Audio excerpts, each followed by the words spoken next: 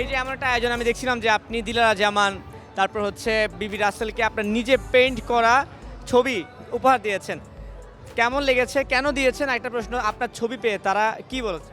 তারা অনেক যথেষ্ট খুশি হয়েছে। আর এই এই সবগুলো গেস্টের মধ্যে ওরা দুজনেই আমার কাছে শ্রেষ্ঠ বেস্ট, কারণ একজন রিক্সা পেন্টার বাংলাদেশের, এটা আমিও অ্যাজ এ পেন্টার হিসাবে তাকে আমি অনেক রেসপেক্ট করি, যার কারণে তাকে দেওয়া। আর দিলারা জামান ছোটোবেলা থেকে তাকে তার নাটক দেখে দেখে আসছি, তো খুব ফেভারিট একটা অ্যাক্টর ছিল, যার কারণে তার পোর্ট্রেটটা আমি করেছি, এই দুজনের পোর্ট্রেট। পোর্ট্রেটটা তারা হাতে পেয়ে দেখে কি বলছে? তারা হাতে পেয়ে তারা মানে আত্মহারা হয়ে গেছিল মাঝখানে, মানে তারা বলছিল যে এরকম একটা উপহার আমরা কখনো মানে অ্যাকসেপ্ট করিনি, ভেবেছিলাম স্টেজে পাবো, বাট তুমি যে এভাবে এসে দিবে কখনো ভাবতে পারিনি।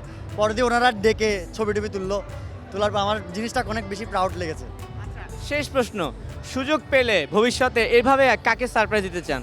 আমি সুযোগ পেলে এভাবে ভবিষ্যতে আমি স্বপ্নের নায়িকা, গায়িকা, বাংলাদেশের নায়ক, নায়িকা, বলিউডের কোন নায়িকা দিতে চান? আমি বলিউডের উর্বশী রুটেলা কে দিবেন?